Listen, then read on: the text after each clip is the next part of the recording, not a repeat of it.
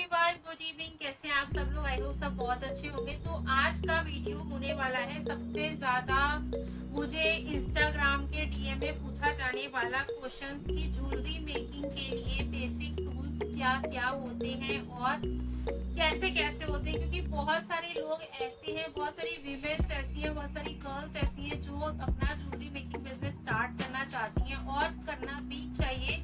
हम सबको इंडिपेंडेंट बनना चाहिए। हमें लाइफ में किसी भी चीज के लिए किसी के ऊपर डिपेंड नहीं रहना चाहिए। तो मैं आज का जो टॉपिक है वो यही है कि हमारा ज्वेलरी मेकिंग के लिए जो बेसिक टूल्स होते हैं, जो एक ज्वेलरी अगर आप बना रहे हैं, सपोज आप क्राफ्टिंग ही कर रहे हैं, क्राफ्टिंग में आप ज्वेलरी बना रहे हैं, तो उसमें आपके पास जो बेसिक टूल्स है वो क्या क्या होना चाहिए। देखो, मैं पिछले 6-7 साल से कर रही हूँ ज्वेलरी का बिजनेस, प्रोफेशनली कर रही हूँ। क्राफ्टिंग तो मैं अब करने लगी नहीं मच इन ट्रेंड्स ना, तो ट्रेंड में उतरना पड़ता है भाई। अगर ट्रेंड में चल रही है कोई चीज तो वो आपको करनी। वैसे तो मैं शांति से घर पे बैठ के अपना बहुत अच्छे से बिजनेस रन कर रही थी, बट अभी क्राफ्टिंग ट्रेंड में है तो क्राफ्टिंग करना मैंने स्टार्ट कर दिया और मुझे बहुत मजा भी आता है। मतलब मुझे अपने काम को करके मतलब वो सेटिस्फेक्शन मिलता है जो शायद जिंदगी में कभी नहीं मिलेगा मुझे, क्योंकि मुझे अपने काम से लिटरली बहुत ज्यादा प्यार है। मैं अपने काम से बहुत ज्यादा प्यार करती हूँ, तो मुझे बहुत मजा आता है, चाहे मुझे उसके लिए कितना मर्जी बिजी रहना पड़ जाए,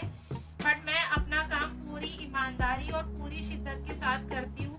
और आप लोग मुझे सपोर्ट भी करते हो, so thank you so much everyone कि आप लोग मुझे इतना सपोर्ट कर रहे हो। आप लोगों के लिए ना चीज़ों को बहुत आसान कर देना चाहती हूँ। तो मैं आज के वीडियो में आप लोगों को ज़्यादा लंबा वीडियो नहीं बनाऊंगी, बहुत ही शॉर्ट वीडियो बनाऊंगी। 2 चीज़ें बताऊंगी। एक तो टूल्स कि हमारे पास बेसिक क्या टूल्स होने चाहिए, कम से कम टूल्स में कम से कम पैसा खर्च करके हम कितने टूल्स ले आ सकते हैं। टाइम से काम कर रही हूँ, सबको पता है, तो मेरे पास ना हर तरीके के बहुत बहुत सारे टूल्स हैं। मतलब इतने सारे टूल्स मेरे पास ऑलरेडी हैं, लेकिन कुछ ऐसे हैं जो मेरे हाथ पे सेट हो चुके हैं, मेरे हाथ पे बैठ चुके हैं, मैं उन्हीं के साथ काम कर पाती हूँ, उनके साथ काम नहीं कर पाती हूँ। बहुत सारे ऐसे हैं कि मुझे अलग अलग चीज के साथ अलग अलग टूल यूज करना पड़ता है। होता सेम टूल है, बट ग्रिप और साइज का डिफरेंस होता है कि हमें कहाँ पर कौन सा ग्लू यूज करना है। तो चलो फटाफट से आप लोगों को बता देती हूँ। तो सबसे इम्पोर्टेंट होता है हमारे पास नोज प्लायर।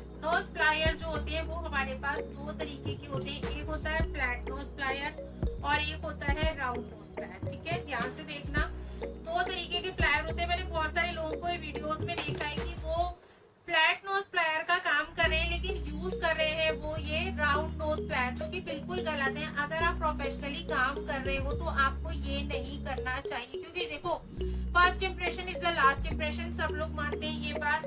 तो अगर हम किसी को कुछ सिखा रहे हैं एज ए क्राफ्टर, अगर मैं किसी को कुछ सिखा रही हूँ, तो अगर मैं ही गलत कर रही हूँ तो मुझसे सीखने वाले, मुझसे इन्फ्लुएंस आने होने वाले अगर 2000 लोग हैं, तो वो बेचारे 2000 लोग भी गलत चीज ही सीख रहे हैं। तो ऐसा बिल्कुल नहीं करना चाहिए।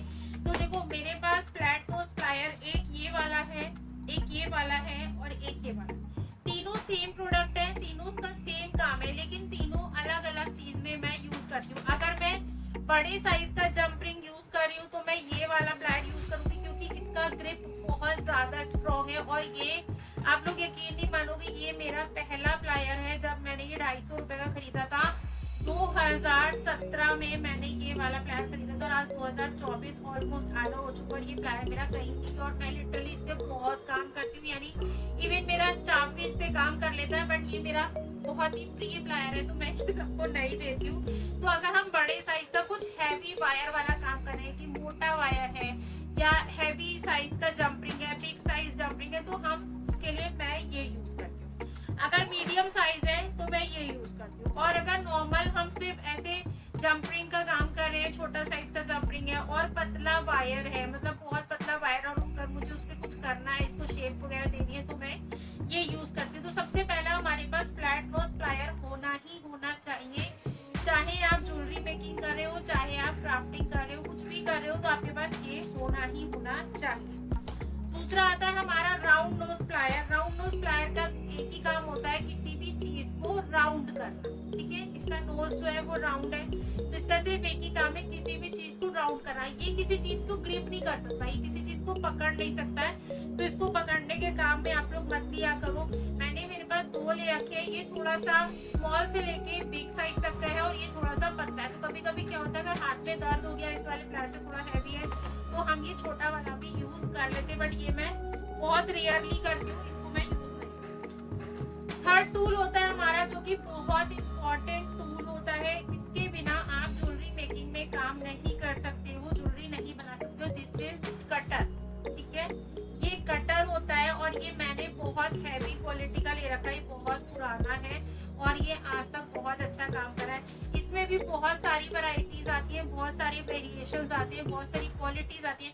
तो बेटर होता है कि अगर आप टूल में इन्वेस्ट कर रहे हो ना, तो वन टाइम इन्वेस्टमेंट करो, क्योंकि टूल अगर एक बार आपके हाथ पे सेट हो गया ना, तो कभी कभी वो लाइफ टाइम काम करता है, कभी खराब नहीं होता, क्योंकि इन चीजों को खराब होने का कोई मतलब नहीं है। फोर्थ टूल होता है हमारा पंच टूल, ठीक है, ये प्लायर जैसा दिखता है, बट यहाँ पर इसमें एक नोक होती है पॉइंटेड, जिससे हम किसी भी चीज में पंच करते हैं। जस्ट लाइक कि मैंने ये पेपर लिया, मुझे इसमें छेद करना है, तो मैं इससे पंच टूल से इसमें ऐसे छेद कर लूंगी, ताकि मैं इसमें जंप रिंग, वायर, कील, कुंडा कुछ भी इसमें डाल सकूं। उसके बाद हमारी आती है ट्वीजर। ट्वीजर से हम सिर्फ एक ही काम करते हैं, स्टोन पिक करते हैं। अगर हम स्टोन लगाने का काम कर रहे हैं तो हमें ट्वीजर इज वेरी इंपॉर्टेंट। मैंने बहुत लोगों को देखा है कैंडल से उठा रहे हैं, वैक्स से उठा लेते हैं, ऐसे करके कर लेते हैं, मतलब बहुत सारे कर लेते हैं। लेकिन जो प्रोफेशनली अगर आपको काम करना है तो you have to use this tweezers. ये